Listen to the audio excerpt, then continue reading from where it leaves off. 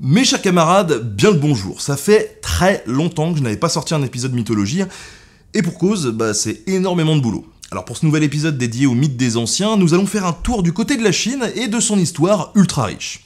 Comme dirait l'autre, pavé César, désolé, la vidéo risque d'être assez touffue pour qu'on puisse y trouver toutes les infos qu'on veut. Et du coup, j'ai pensé à vous, je suis sympa, pour vous aider à vous y retrouver, je vous mets en description de la vidéo une table des matières avec les timecodes des différentes parties.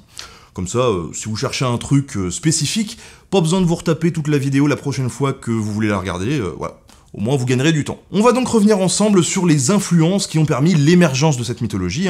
On fera un petit point sur les textes importants pour la comprendre, puis nous reviendrons sur la cosmogonie chinoise, c'est-à-dire la construction de l'univers, sur les dieux principaux, les mythes fondateurs, mais aussi sur la perception des Chinois vis-à-vis de la mort et de sa construction dans ses croyances. Bref, un gros boulot en perspective, et pour ça, j'ai été aidé par Alexander Vestra, qui est doctorant en archéologie chinoise à l'université du Henan, une des plus vieilles universités publiques de Chine. Mais avant de commencer à détricoter toutes ces informations, on va faire un petit point sur la mythologie chinoise en tant que telle. Allez, c'est parti.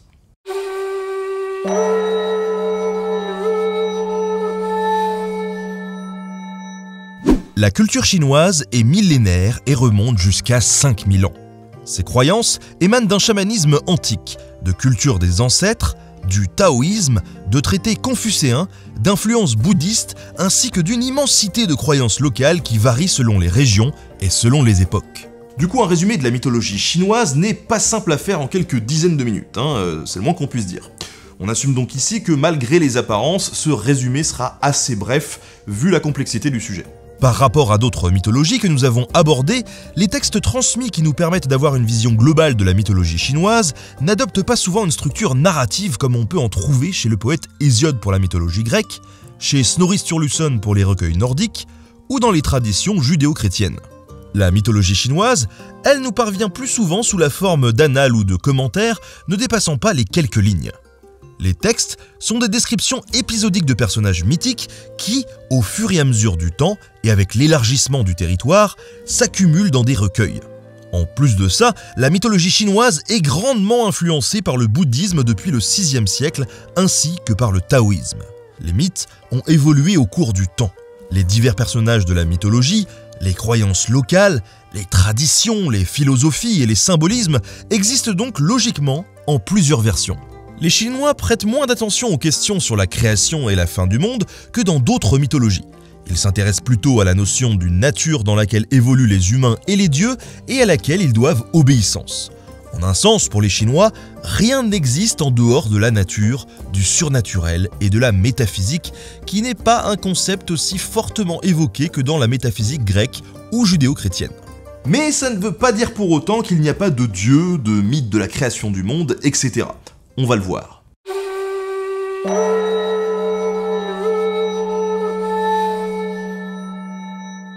Pour réaliser cette vidéo, je me suis concentré sur les récits mythiques les plus célèbres du monde chinois. Une grande partie des mythes les plus connus et populaires encore de nos jours proviennent du Shan Rai Xing. Bon, ça va pas être facile au niveau prononciation cet épisode, mais vous inquiétez pas, je vais essayer de faire des efforts. Le Shan Rai Xing, qu'on traduit littéralement par Livre des monts et des mers, ou Classique des montagnes et des mers, est un recueil de données géographiques et de légendes chinoises. Mais il n'y a pas que ça, ça serait trop facile. Il est important de préciser que la tradition chinoise n'est pas monolithique comme celle des judéo-chrétiens où l'on raconte une histoire bien définie comme celle de la création transmise dans la Genèse. Cette mythologie chinoise vient en fait de plusieurs conceptions cosmogoniques qui n'ont cessé d'évoluer avec le temps. Il y a 3 traditions majeures concernant l'ancienne mythologie chinoise. Premièrement, les mythes transmis dans Questions au ciel, ou Tianwen, datant du 4e siècle avant notre ère. Deuxièmement, les mythes du Huainanzi, qui décrivent la création de l'univers et des humains à partir d'une vapeur informe au 2e siècle avant notre ère. Troisièmement, les mythes des 3 Augustes et des 5 empereurs datant du 3e siècle de notre ère, dans lequel il est décrit que la terre et le ciel se séparent et les origines des premiers êtres humains semi-divins. Les mythes cosmogoniques chinois sont principalement composés et codifiés entre le 4e siècle avant notre ère et le 3e siècle après notre ère. Les Chinois écrivent et discutent donc les thèmes cosmogoniques assez tardivement comparés aux Babyloniens, Égyptiens et Grecs. Vers la fin de cette période, on trouve déjà la composition de plusieurs mythes de création. le plus connu étant le mythe de Pangu, malgré son apparition tardive. Pour ne pas trop vous saouler non plus d'informations, déjà qu'il y en a beaucoup, je vous invite à aller faire un petit tour sur mon site web notabenemovies.com. Vous y trouverez toutes les infos que j'ai mises ici, auxquelles j'ai ajouté quelques petits points de synthèse sur les différents textes de référence qui structurent la mythologie chinoise. Et je vous propose de passer directement à la création du monde, qu'on s'amuse un peu.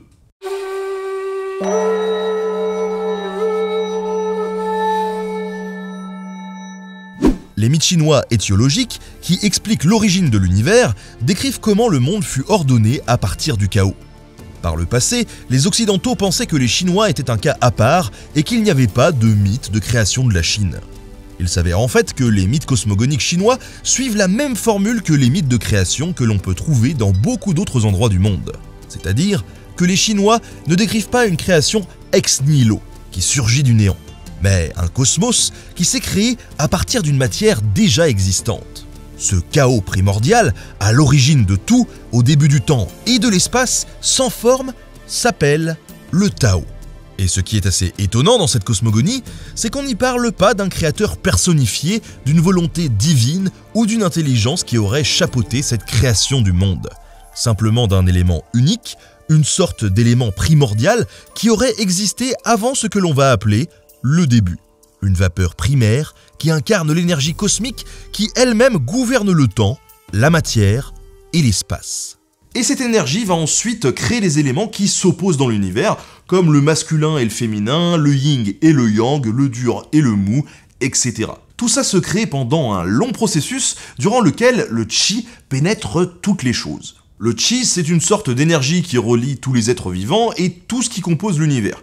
En gros, pour le résumer de la plus simple des manières, dites-vous que le chi, c'est ce qui a inspiré la force dans Star Wars. Comme ça, l'image elle est carrément plus claire. Dans tout ce chaos, le yin et le yang, qui sont plus des concepts que des forces ou des énergies, c'est difficile à visualiser, se concentrent pour former un œuf cosmique au sein duquel se terre la première divinité connue que l'on peut lier à la mythologie chinoise, Pangu. Et attention, parce que je dis qu'il est lié à la mythologie chinoise, mais c'est pas exclusif, loin de là, et d'ailleurs certains l'excluent même de la mythologie chinoise. Bref, Pangu, c'est le premier personnage de la mythologie chinoise, une sorte de créateur du monde, mais pas au sens où on l'entend, vous allez le voir. Il est représenté comme un nain portant une peau d'ours, tenant parfois le soleil et la lune en main, ou un marteau et un burin. Endormi pendant 18 000 ans, un jour, il s'éveille, se lève et s'étire. Tout ça dans l'œuf cosmique qui éclot alors. La coquille de l'œuf se brise. Le yin, les éléments lourds, tombent et créent la terre. Le yang, les éléments légers, montent et créent le ciel. Selon la cosmogonie chinoise, la terre est ainsi carrée et le ciel au-dessus, qui lui est rond, est un dôme soutenu par 4 ou 8 piliers ou montagnes selon les versions. Et c'est une représentation du monde qui va s'installer durablement dans la société chinoise. Preuve en est, le temple de la Terre et le temple du ciel à Pékin qui évoquent cette vision à travers l'architecture. Au début, l'espace qui séparait le ciel et la Terre était minime. Mais chaque jour, il s'allongeait encore et encore. Après 18 000 ans, l'espace entre le ciel et la Terre devient plus vaste. Et Pangu grandit en proportion chaque jour, si bien qu'il devient lui aussi immense. Par la suite, Pangu, le créateur et souverain primordial du centre, est percé dans les 7 orifices du corps par le souverain de la mer du Nord et le souverain de la mer du Sud. Oui, le corps a 10 ou 11 orifices en principe, chez un humain standard, du coup je vous laisse choisir ce que vous voulez percer, vous avez le droit à 7. Au bout de 7 jours, Pangu meurt. Son corps se transforme alors. De ses yeux remplis de larmes naquirent les fleuves. De son souffle vint le vent. De sa voix vint le tonnerre. De la vermine qui dormait en lui, réveillée par les vents, prirent forme les humains. Et ainsi de suite pour tout le reste. Le mythe, il est généralement considéré comme un ajout tardif dans la tradition chinoise parce qu'il n'est pas mentionné dans les textes antérieurs. On peut le considérer comme un mythe potentiellement plus ancien, qui raconte que le monde fut en fait créé par un cadavre, voire même un meurtre. On peut y voir aussi un symbolisme taoïste sur la nature et des notions de cycle et de régénération et de pourrissement à travers la mort inévitable de toute chose. Un des concepts les plus anciens de la pensée chinoise est le ciel, Tian. Et si c'est un concept essentiel, le ciel, avec un C majuscule, n'est néanmoins pas un dieu, mais une force cosmique. On offrait des sacrifices au Tien en tant qu'être céleste le plus haut et seigneur de toutes les autres divinités ou esprits, car c'était une force qui contrôlait le monde, la société et l'État. La vie, la mort, la prospérité ou l'infortune étaient tous soumis à la volonté du Tien. Parmi les humains, l'empereur que l'on considère comme le fils du ciel, Tianzi, avait la relation la plus intime avec le Tien, qui lui instaurait le mandat céleste, le Tianming, pour gouverner. Dans le Tianwen, un poème ancien sous forme de questions au ciel, le ciel est considéré comme l'ultime être auquel nous posons des questions sur la nature de l'homme et de l'univers, même si celui-ci n'y répond pas. C'est pour cette raison que Confucius doutait de l'influence du ciel sur la vie quotidienne. Au point même où les Confucéens exprimaient aussi des doutes sur l'importance du ciel dans les affaires mythiques, même si eux-mêmes continuaient à utiliser la notion de mandat céleste pour légitimer l'empereur. Ce qu'il faut retenir sur cette notion du ciel, c'est en tout cas qu'elle est très importante et au-dessus de tout, même s'il va y avoir des variations de son importance au cours de l'histoire dans la mythologie et les croyances chinoises. Faisons maintenant un petit point sur les dieux chinois avant d'aborder le mythe de la création des hommes, parce que c'est pas de la tarte.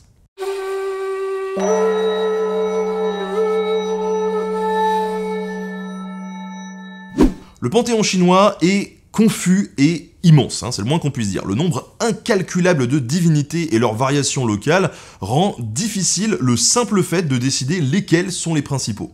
Le confucianisme a eu une influence indiscutable sur les croyances chinoises, mais leur philosophie ne met pas en avant les êtres surnaturels. Alors que dans le taoïsme et le bouddhisme, nous trouvons des dieux qui sont souvent associés à des phénomènes naturels, ainsi qu'un grand nombre de personnages historiques transformés en divinités. Au cours de l'histoire, les empereurs de Chine ne prêtent pas souvent attention aux multiples croyances locales, même si parfois ils font du bouddhisme et du taoïsme une religion nationale. Ils font surtout en sorte de bien rendre hommage au ciel, c'est toujours important, on l'a vu, et à l'empereur suprême, l'empereur de Jade, qui règne sur tous les autres dieux. Pour des raisons de clarté et de simplicité, je vous préviens tout de suite, je vais exclure le roi singe que vous connaissez peut-être et qu'on abordera éventuellement un jour dans une autre émission, mais aussi les personnages du texte classique Pérégrination vers l'Ouest et ceux de la tradition bouddhiste. Et si vous pensez qu'avec ça je me suis considérablement simplifié la tâche, même pas.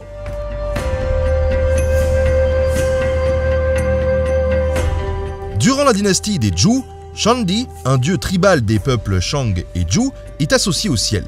Sa vénération est institutionnalisée et les Confucéens lui dédient un rite dans les textes. Au cours du temps, l'empereur suprême Shangdi et le ciel, Tien, fusionnent en une seule et même chose. Si on devait placer une divinité par-dessus les autres, on pourrait donc y mettre Shangdi, l'empereur suprême, alias l'empereur de Jade. C'est en gros, comme je l'ai dit tout à l'heure, le dieu qui dirige tous les autres dieux.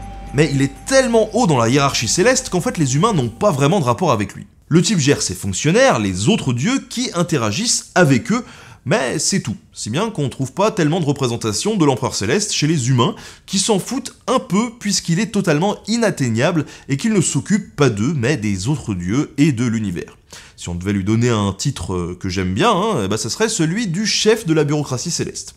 Un concept assez intéressant, et je dis pas ça parce qu'en France on aime la bureaucratie, pas du tout.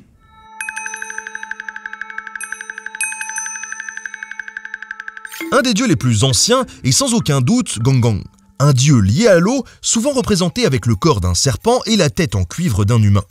Il est connu pour son pouvoir destructeur, et c'est souvent à lui que l'on attribue les catastrophes cosmiques. Dans un conflit cosmique d'ailleurs, Gong-Gong s'est battu avec Duzhang, le dieu du feu, revendiquant le trône céleste. Dans sa rage, il fracassa sa tête sur le mont Bujiu et l'un des 8 piliers soutenant le ciel se brisa, causant ainsi l'obliquité de la terre et les grandes dévastations naturelles qui tueront tous les humains. D'autres dieux tenteront de réparer ces âneries, on le verra plus tard, mais la terre restera oblique pour toujours. Précisons quand même que selon une autre version des mythes, Gong-Gong est au contraire un héros qui apprivoisa les crus, parfois classé parmi l'un des 3 augustes mythiques, c'est-à-dire un des 3 premiers dieux à régner sur les hommes.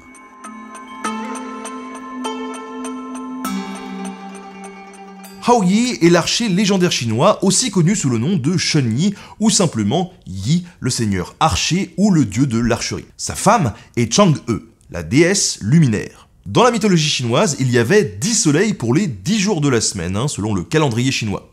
Ces soleils étaient les enfants de Ditsun et de Sihe, la déesse du soleil, et une des deux femmes de Ditsun. Elle était la mère des 10 soleils, appelée les 10 corbeaux d'or, et elle habitait sous la forme d'un corbeau à 3 pattes dans un mûrier, le Fusang. Pour maintenir l'ordre sur Terre, Sihe conduisait chaque matin sur son chariot un seul de ses fils jusqu'au bord du ciel pour que la Terre se réchauffe et qu'elle soit illuminée. Elle le ramenait à la fin de la journée. Un jour, les 10 soleils se rebellèrent contre leur mère et décidèrent tous d'aller au bord du ciel ensemble. Leur joie de pouvoir briller tous ensemble était telle qu'ils refusèrent de redescendre. Mais leur chaleur combinée fit faner les récoltes, assécha les sols et fit fondre les rochers. On dit que l'on pouvait faire frire un œuf sur sa main. À cause de cette sécheresse, les forêts et les rivières commençaient à s'assécher. Les monstres et bestioles fuirent la forêt et, affamés, ils tuèrent et mangèrent des hommes. Le peuple supplia l'empereur Yao de faire quelque chose. Il ordonna à 9 soleils de retourner au mûrier, mais ceux-ci refusèrent. Hou Yi, l'archer, fut alors chargé par le mythique empereur Yao de mettre les choses en ordre. Hou Yi essaya en premier lieu de raisonner avec les soleils, mais il échoua. Il fit alors semblant de leur tirer dessus avec son arc pour les intimider. Les soleils ne prêtant pas attention aux avertissements de Hou Yi, celui-ci se mit à les abattre un par un en leur tirant dessus avec son arc. Chaque soleil tomba alors du ciel et il se transforma en corbeau à 3 pattes. Lorsqu'il ne resta plus qu'un soleil, le roi Gao ainsi que la mère du soleil demandèrent à Hou Yi que le dernier soleil soit épargné pour la prospérité de l'humanité. Hou Yi, c'est un peu le Hercule de la mythologie chinoise, si vous voulez, et d'ailleurs il a abattu beaucoup d'autres bestioles légendaires qui causaient des problèmes pour les humains. Hou Yi fut récompensé avec la pilule d'immortalité des dieux. Mais quand un voleur essaya de voler sa pilule, sa femme, Cheng He, avala cette dernière avant lui et s'en alla vers la lune. Une autre version, aujourd'hui célébrée lors de la fête de la mi-automne en Chine, raconte que Hou Yi, après avoir abattu les 9 soleils, devint le héros du peuple mais aussi un roi cruel. Il obtient la pilule d'immortalité, mais sa femme, craignant la tyrannie éternelle de son mari sur les humains, avala la pilule et trouva refuge sur la lune. Et c'est son sacrifice qui est célébré aujourd'hui en Chine, le 15e jour du 8e mois du calendrier lunaire. Les Chinois mangent d'ailleurs des gâteaux de lune et s'offrent des cadeaux entre famille et amis.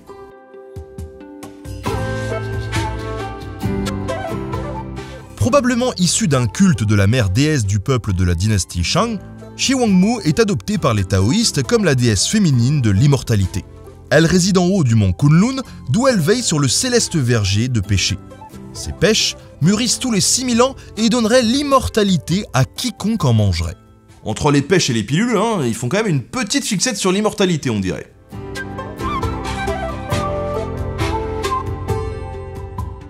Enfin, on peut citer un autre dieu important, Shennong, le fermier divin, le paysan divin ou le dieu de l'agriculture.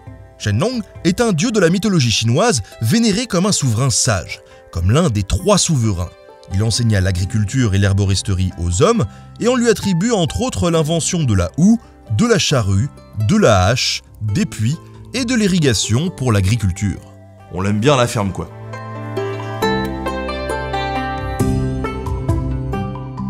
Dans l'époque plus tardive de la composition de la mythologie chinoise, les dieux sont présentés comme responsables de différents phénomènes naturels. Il y en a eu des milliers, et ils sont aussi organisés comme une véritable bureaucratie des dieux, reflétant la société et le gouvernement chinois de l'époque. La Chine ayant été gouvernée par une bureaucratie large et complexe, il est naturel que les gens pensent que les dieux et l'univers soient aussi organisés de cette façon. Donc, les eaux, la foudre et le feu appartiennent tous à des départements avec encore plus de sous-divisions. Les ministères divins sont par exemple celui des tonnerres et des tempêtes, de la médecine, des eaux, du feu, des épidémies, du temps, des finances et bien d'autres encore. Un paquet de monde géré par le fameux empereur de Jade qu'on a croisé tout à l'heure. Ok, donc on a vu la création de l'univers, du monde, du ciel et de la terre, des dieux principaux. Il nous manque un élément indispensable pour que tout ça devienne intéressant pour nous, les humains.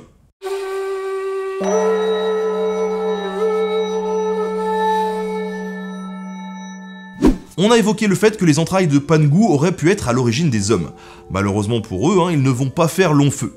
On l'a évoqué tout à l'heure aussi, le dieu Gong-Gong aurait été responsable d'un immense cataclysme, d'un déluge, qui aurait non seulement perturbé l'équilibre de l'univers, du ciel et de la terre, mais qui aurait aussi exterminé tous les humains, ou presque, puisque survivent à ce déluge deux divinités, Fuxi et Nuwa. Encore une fois, il y a plein de versions différentes de ces mythes, ce que je vous raconte là, c'est un mythe en particulier. Fuxi est le premier des 3 Augustes et 5 empereurs de la mythologie chinoise. En gros, ce sont des divinités qui sont censées avoir été les premières à diriger l'Empire, mais leur existence relève surtout de la mythologie et pas de l'histoire. Bref, Fuxi est aussi connu sous le nom de Siwan, l'Auguste berger, ou Taihao, la grande brillance. Il est le frère de la célèbre divinité Nuwa. Ils sont souvent présentés avec un corps humain et des queues de dragons serpents, chacun tenant en main des instruments d'architecte, notamment des compas et des règles. Et pour cause, ils sont considérés comme les parents de l'humanité. La légende veut donc que Fuxi et sa sœur Nuwa soient les seuls survivants du grand déluge ou de la grande crue qui anéantit l'humanité. Des suites de ce déluge, causé par Gong-Gong, Nuwa prit 5 pierres de couleur dans la rivière et les fondit pour réparer les fissures du ciel que Gong-Gong avait causées en se fracassant la tête sur l'un de ses piliers, le mont Buzhou. Dans une autre version, elle crée un barrage à partir de roseaux et répare les 4 coins de la terre grâce à des pattes qu'elle a coupées à une tortue. Nuwa créa ensuite les humains en utilisant de la terre jaune comme le ferait un potier. Les premiers humains furent des créatures jaunes qui devinrent des aristocrates et des chefs. Mais comme elle n'avait pas la force de finir son projet à la main, à l'aide d'une corde, elle projeta de la boue par terre et créa à partir de cela les premiers hommes ordinaires. Dans d'autres versions, elle et son frère Fuxi, en tant que les 2 seuls survivants du déluge, vécurent ensemble dans les montagnes de Kunlun et se marièrent entre eux. Ils demandèrent au ciel si tout cela était bien correct vu leur lien de parenté, et ce dernier leur offrit un signe leur disant qu'ils pouvaient se marier entre eux, suite à quoi ils fricotèrent dans les règles de l'art pour créer les humains.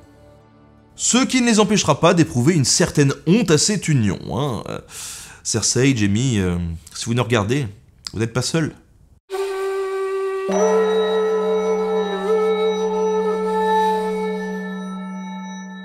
Afin de clôturer cet épisode très résumé et incomplet sur la mythologie chinoise, je vous propose d'aborder ma partie préférée, celle du monde des morts, le Diyu.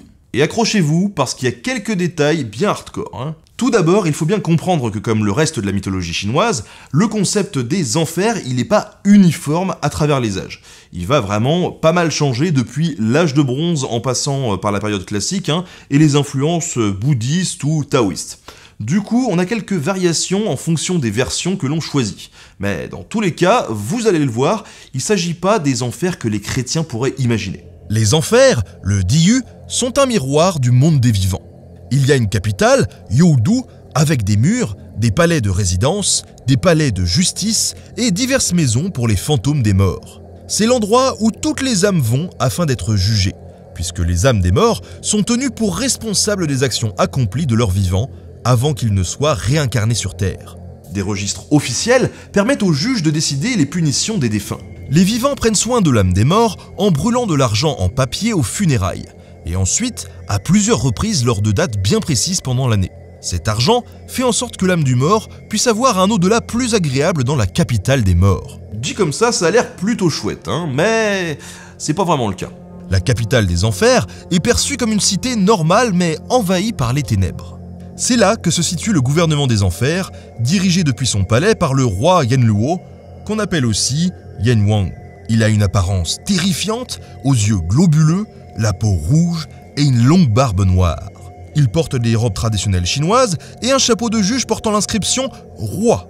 Il détient un livre contenant toutes les actions de toutes les âmes et c'est lui qui décide si un défunt se réincarnera sur Terre ou quittera le cycle des réincarnations.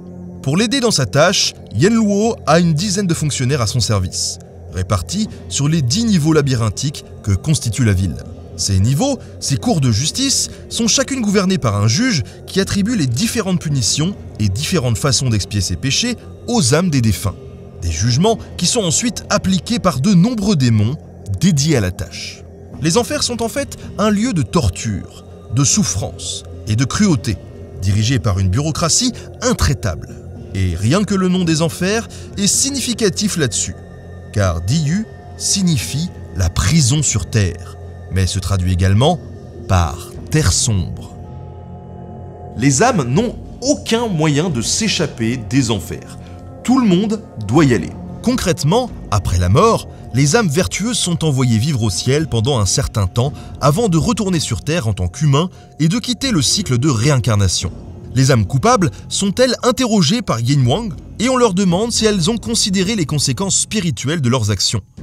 Après avoir admis qu'ils ne l'ont pas fait, les pécheurs sont condamnés à errer sans but à travers les dédales de l'enfer avant d'arriver à leurs très nombreuses punitions. Cependant, tout n'y est pas noir et il y a plutôt une bonne nouvelle. Les âmes n'y sont pas condamnées pour l'éternité, mais seulement pour une période relativement longue, la longueur de la punition variant selon la gravité des crimes commis durant le vivant du défunt. Mais pour certains, c'est quand même pas la panacée. Les hypocrites sont condamnés à cuire à petit feu, à la vapeur, dans de grands pots en métal. Les pyromanes sont liés et attachés à des piliers de cuivre rougeoyants et incandescents.